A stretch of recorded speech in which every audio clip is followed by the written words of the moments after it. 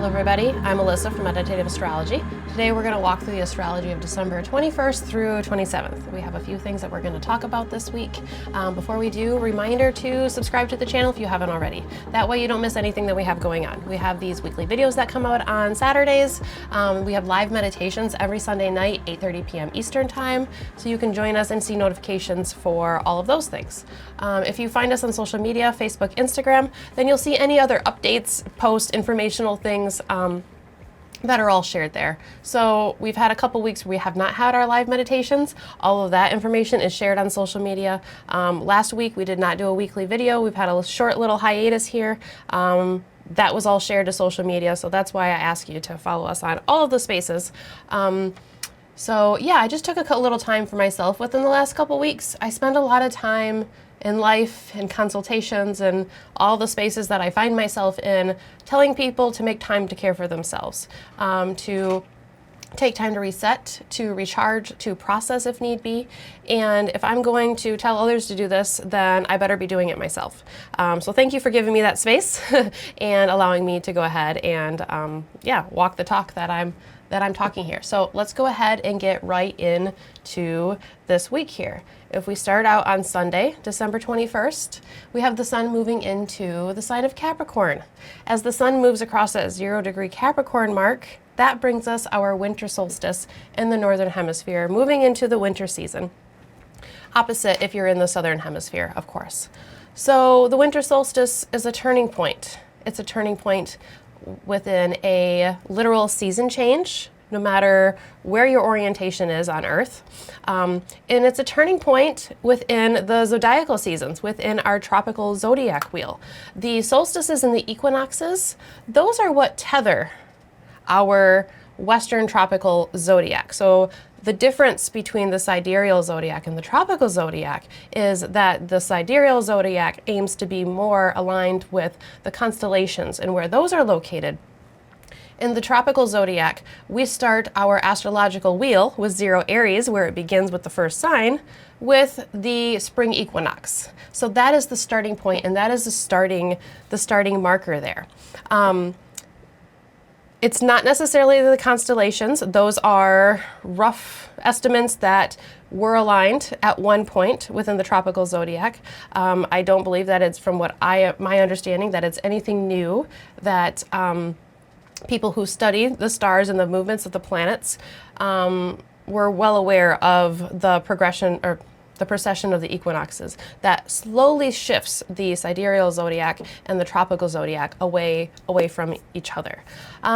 So we have a turning point. When we have a turning point, think about when you're walking down a hall and you go and you turn a corner, right? Like you're in a building, you're walking down one way and you're getting ready to turn the corner. It may not be a long pause, but usually once you get to a stop, or maybe like an intersection when you're driving, when you get to that hall, that turn, you may stop and pause, even if it's not something you're really conscious of, even if it's just a very, very short moment, but you might just kind of pause and assess what's down that other hallway. Are there other people coming towards you? Do you need to move out of the way? You know, are there people that need to move out of your way? Are there some sort of hazards or some sort of obstacles or something that you need to get through? Is what you're looking for around that corner. We stop, pause, and we assess. A moment to pause, a moment to reflect, a moment to assess, and a moment to change and to shift. These are the turning points of the solstices and the equinoxes here. And the winter solstice is one of those. There's so many celebrations around this holiday season. Happy holidays to all of you, no matter what you celebrate or do not celebrate. They are all wonderful and they are all valid. The other thing that the sun moving into the sign of Capricorn does is it sets us up for the Venus and Mars conjunctions and therefore cazemis that we're going to have in the sign of Capricorn. If I go ahead and put the chart up here so you can see on Sunday, this chart is set for noon, my location, so don't necessarily look at the house placements, just look at the positioning of the chart of the planets. If you notice, in the 11th house, you'll find the sign of Capricorn in this chart.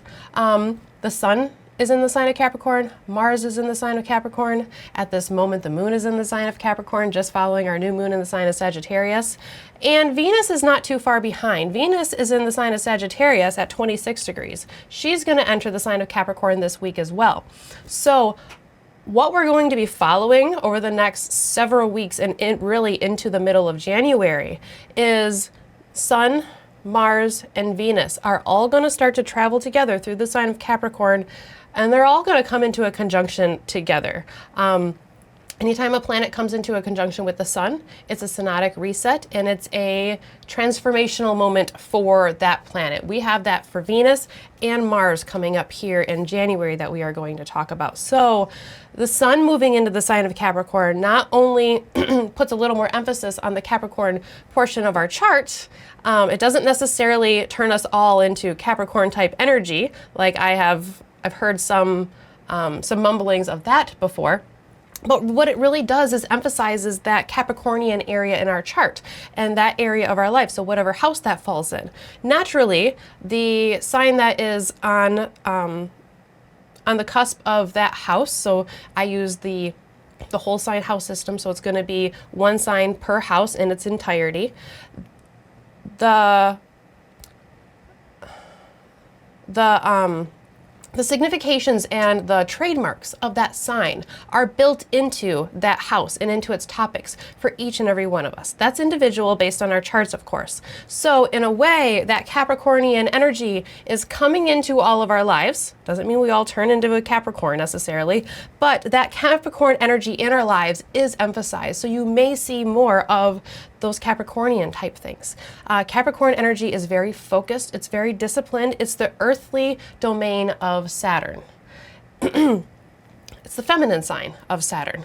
So it's very focused. It's very determined, just like Saturn would be. It's also the exaltation of Mars. So you think of Saturn and you think of Mars things coming together. It's very disciplined and it's very hardworking. There's a lot of strength and ability, especially with the sun here. The sun and Saturn both have their own ways of looking at independence and finding their own agency. The sun is the one light, right? It's the infinite intelligence. When the sun is out, you can't see the other planets or the stars. Maybe you can see the moon, depending on what phase it is in a little bit. But the sun is our soul. The sun is our purpose. It is the one, the singular, the infinite energy, and the God source, if you will.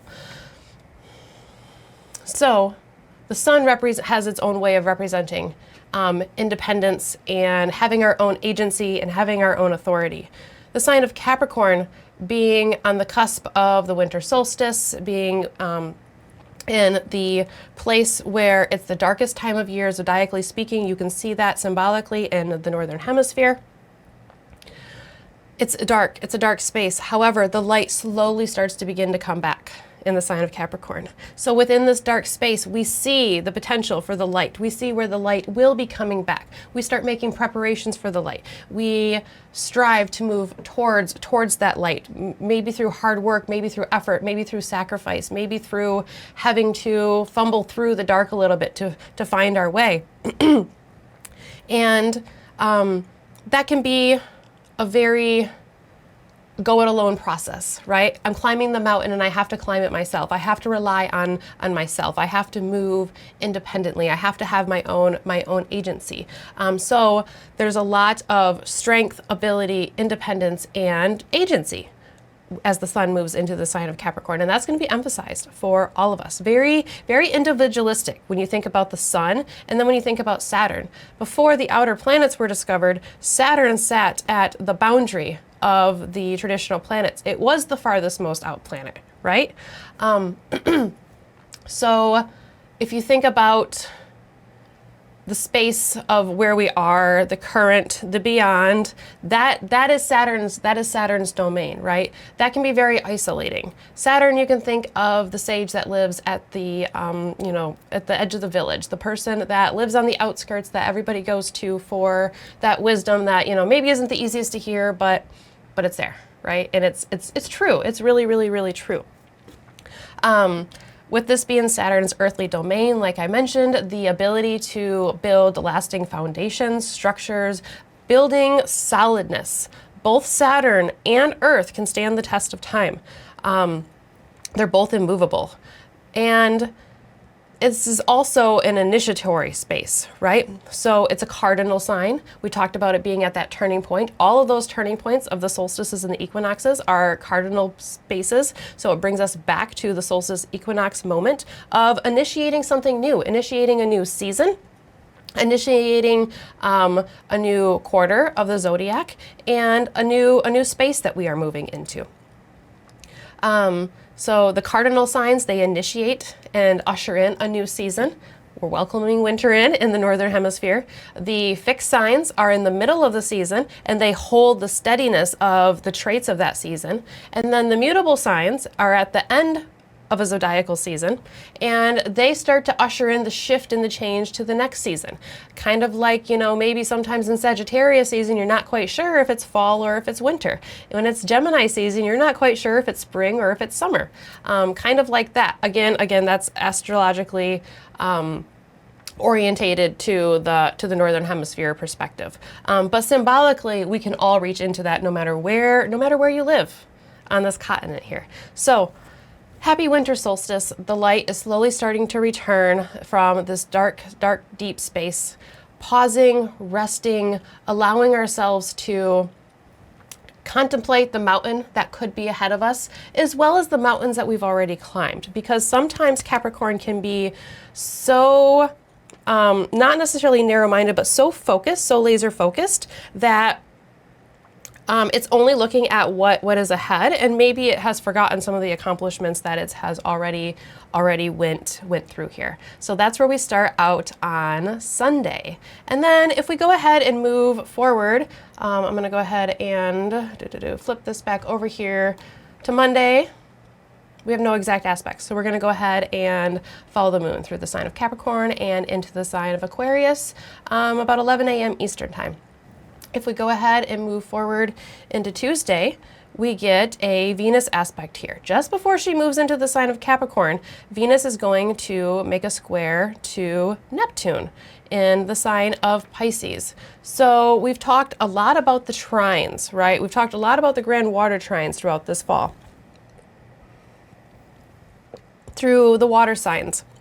So all of the planets that are moving through Sagittarius and through Capricorn, they've all moved through the sign of Scorpio. As they did, we've talked about this for a long time, they have interacted with trines to Saturn, to Neptune, to Jupiter in the sign of Cancer, and they are all interacting together. Some of these planets were activating these positions multiple times, like Mercury through its retrograde period. So these trines have now turned to squares. The trine expands. The trine is of the nature of Jupiter. It brings insights, it brings knowledge, maybe it brings wisdom, maybe it brings some sort of understandings, or it brings up something that enlightens us in a way. That does not mean it's easy. It does not mean that it's all sunshine and roses and all positive expansion. Sometimes really deeply understanding things can be difficult, especially in the water realm when we're talking about emotions and our connections with others and ancestors and our own memory body and our own history and ancestral history. There can be a lot of sensitivity in the sign of water. So we all gained something through those trines, right? We all gained some sort of insights or some sort of feelings. So now that we have the square, what are we going to do with that knowledge now? That's how I'm looking at these squares from Sagittarius to Pisces. There's a lot of Jupiter here right now. So the grand water trines, you know, Jupiter was a part of that in the sign of Cancer. This square between Sagittarius and Pisces, those are Jupiter's domains. And Jupiter, the new moon that we just had last week was in the sign of Sagittarius, Jupiter sign. And then the full moon is going to have some oppositions to Jupiter in the sign of Cancer from Capricorn. So there's a whole lot of Jupiter here going on. Jupiter represents our beliefs, our understandings, knowledge, and insights, and again, not always easy. So if we've had some expansion, if we've had some openings, if we've had some understandings come through here to us through the fall, maybe for some of us, these squares are challenging us to put that into motion, to act. Squares often make us uncomfortable enough to make a change, right? They make us squirm just enough to where we know we have to move from this space. We might not necessarily know the process. They're of the nature of Mars, squares are. So there's a little bit of a separation, a little bit of a severing or cutting that can happen with these squares, but there can also be a motivation, there can be a determination, those positive things of Mars. We can have maybe the courage to do something a little different. I'm uncomfortable, I don't like this space, so I'm going to shift a little bit here. Putting things into motion does not have to come from an uncomfortable space, but just a space of where we're looking to grow. Again, very Capricorn type energy there as well.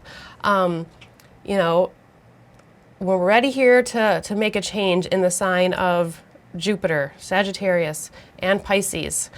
Venus wants to enjoy the broader horizons in the sign of Sagittarius, right? She wants to seek new connections in Sag. She wants to have experience that lights a fire within. She wants to bring in an understanding of where we're going and why we are going there.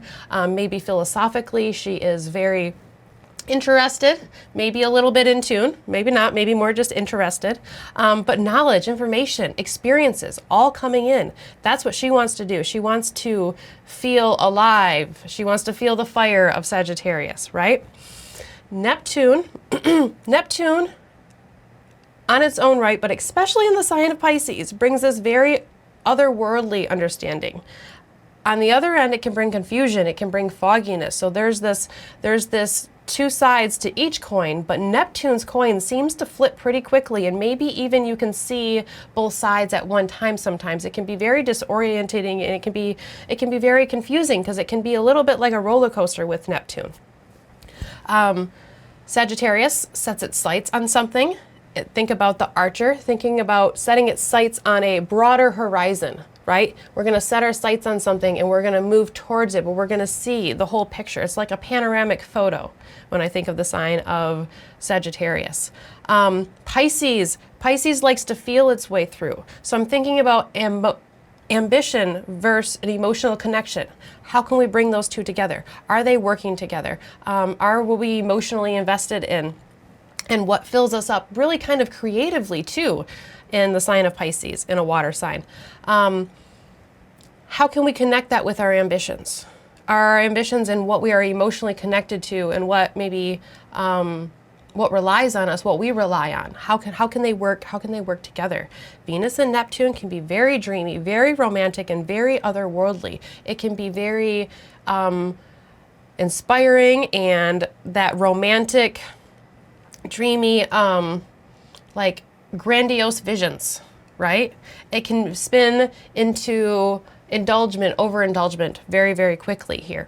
So the square between these two planets may be about having some moderation. Maybe it's challenging us to, Jupiter places like to expand. Jupiter can be very, very big.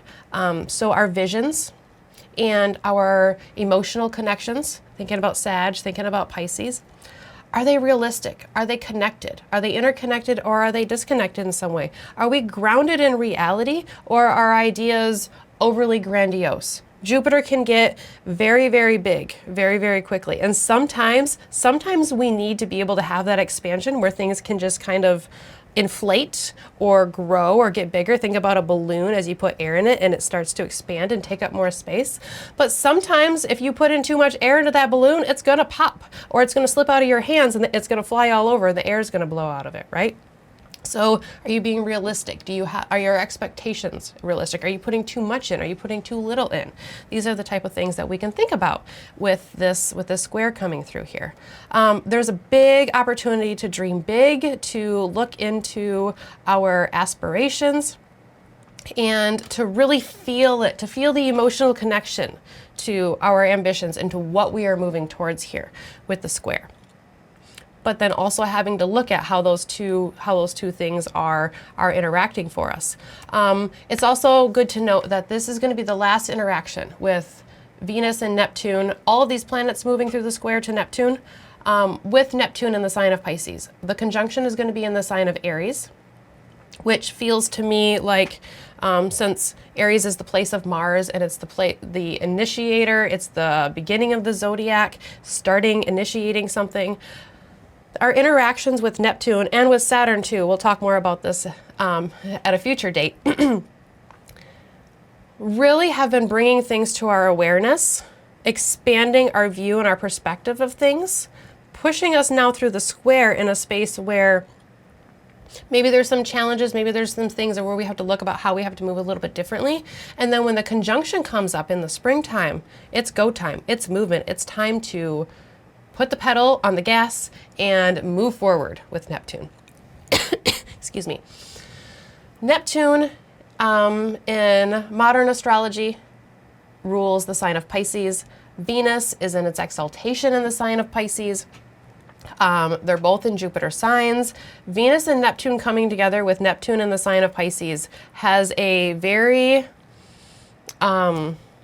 intoxicating feeling, okay? It fully envelops us in things. We feel things very, very deeply. So really this square here is our last opportunity to feel Neptune and Venus together with Neptune in the sign of Pisces. We had this before in early November 2024. So you can look back to November of 2024, maybe late October. I think it was like November 8th or 9th, if I remember that right when I was looking. And see what type of things were coming up for you. Is there any correlation to what was going on there and to what is going on now, as far as your beliefs, as far as your your morals and your ethics and those greater systems that you subscribe to, right? Have your beliefs changed? Have they deepened? This could be a meditation for all of us as we come into this energy here. So yeah, Venus is going to make this square to Neptune just ahead of moving into the sign of Capricorn. If we go ahead and move forward into Wednesday, December 24th, this is Christmas Eve. Happy Christmas and happy holidays again to all of you. I hope everybody has wonderful holiday seasons, no matter what spaces you find yourself in. This is the day Venus enters the sign of Capricorn after coming off of that square. Capricorn, again, being the space of Saturn, being in the beginning of the winter season. There's a lot of dark left to go, but that light is coming. Thinking about bringing a softness to hard places as Venus comes into the sign of Capricorn. Of course, Venus moving into Capricorn is going to set her up for that Kazemi with the sun, her interaction with the sun, and Mars is going to be sitting right there too. Mercury is going to move its way in there not too long afterwards. Venus entering the sign of Capricorn, looking at our desires and the ability to see that speck of light within the dark. Venus is looking for cohesion. She's looking for balance. She's looking for things to come together. She's looking for unity within her own right. She's in an earth sign.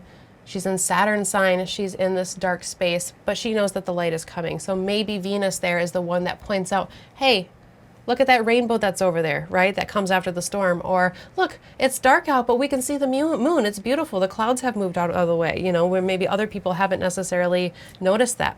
Venus can be very grounded in the earth sign. So she can be very firm and very strong in her convictions here.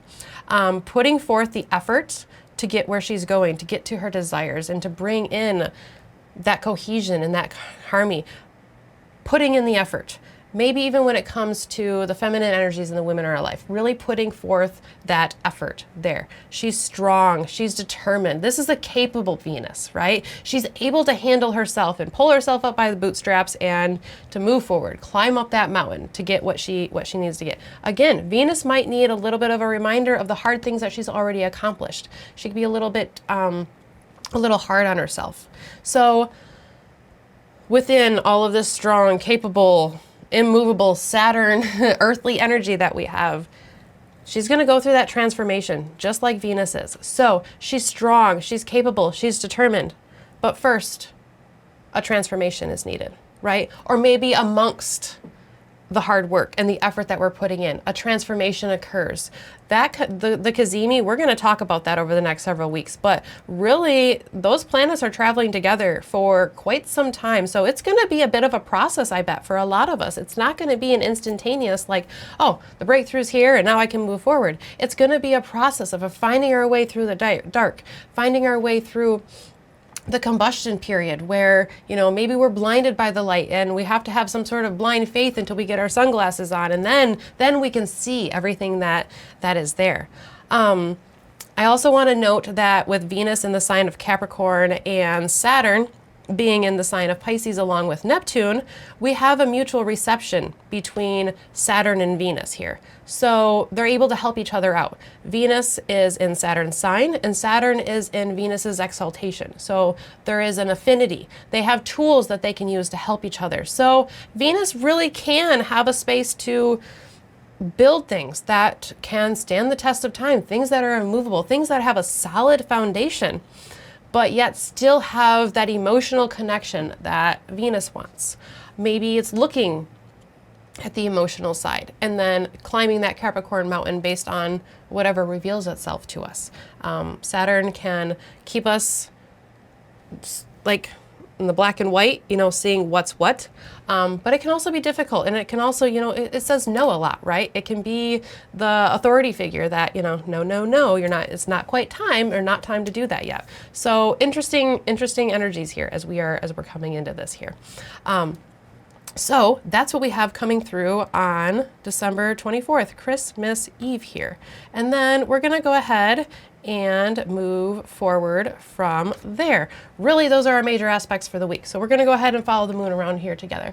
December 25th, Christmas Day, Thursday, we have the moon in the sign of Pisces where Saturn is. And then we're gonna go ahead and move forward Friday.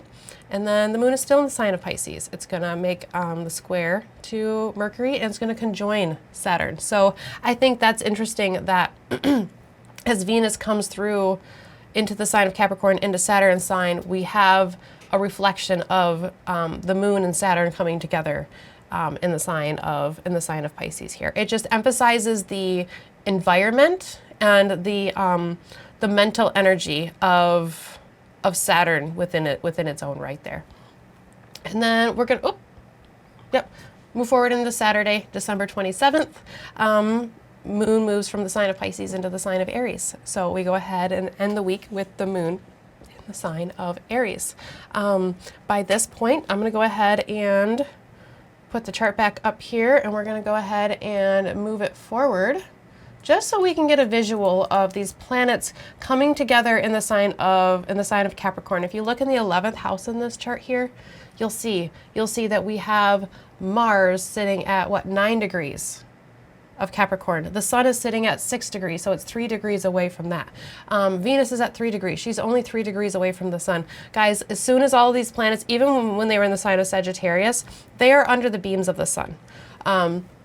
So Venus may be a little afflicted as she moves into this space. Mars is protected by combustion, by being in the virtue of its what we call being in its own chariot. So when a planet is in its own sign or its exaltation, Mars is exalted in the sign of Capricorn, it's like it's protected from the rays of the sun. So think about like an umbrella, right? You're out in the sun is hot, the rays are beating down, you don't want to get a sunburn, you know, you want to protect your skin, you hold an umbrella or you wear a hat, right? So it's like Mars has its umbrella up, and Venus is out on the beach in the sunshine, and you know, hopefully she brought her sunscreen along with her. So that's where we end the week. If you made it this far with me already, then you might as well go ahead and subscribe to the channel if you haven't already. We do this walk through the week astrologically together every week. Every Saturday, the video is released. On Fridays on social media, there is an intention that is released that is based around the astrology that is going on for the upcoming week. You can have that ahead of the weekly video to sit with, see what comes up with it. Walk through the weekly video. Start to see where the wheels start to turn, where you see these things playing out in your lives and you see the mirror of the astrology in the sky reflecting itself into your own life in a personal and individual type way. Then come back to this space with us Sunday nights, 8:30 p.m. Eastern Time. We're going to come together. We might talk about some of the key aspects, and then we move into a space of quiet meditation. We move into a space where you can really create that personal relationship with the astrology, with the planets and the symbolism within your own lives.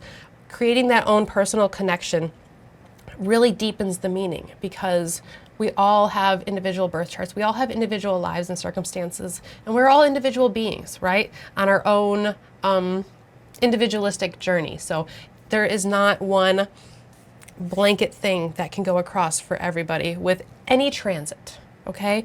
Any placement. They can all play out multiple ways. There is a more positive side and a less positive side. There is a multitude of things in the middle and on each end of those spectrums.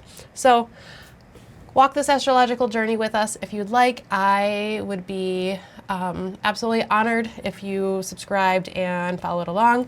And if you would like, leave a comment on the video. Let me know what you think about all of this, even just to say happy holidays. And how is it playing out? Where do you see this? Where do you see the transitions, especially as you meditate on all the grand water trine things that have come through and the process that I feel is still within us? Because when the waters start to move and the waters start to shake, it ripples, right? It ripples. It doesn't just stop. Think about if you're at the beach and a boat drives by. You know, it might take a little while for those waves that boat made to make its way to you, but eventually it does. Eventually it makes its way to you. So that's what I have for today. Thank you for sticking with me through this video. Again, happy holidays, happy winter solstice, Merry Christmas, and all of the things. By the time we meet back in this space next week, the sun will be in the sign of Capricorn, and yeah, Venus will be there too. So like, follow, subscribe, join us for Sunday night meditation, and I will see you all back here next week. Take care. Have a great week. Bye, everybody.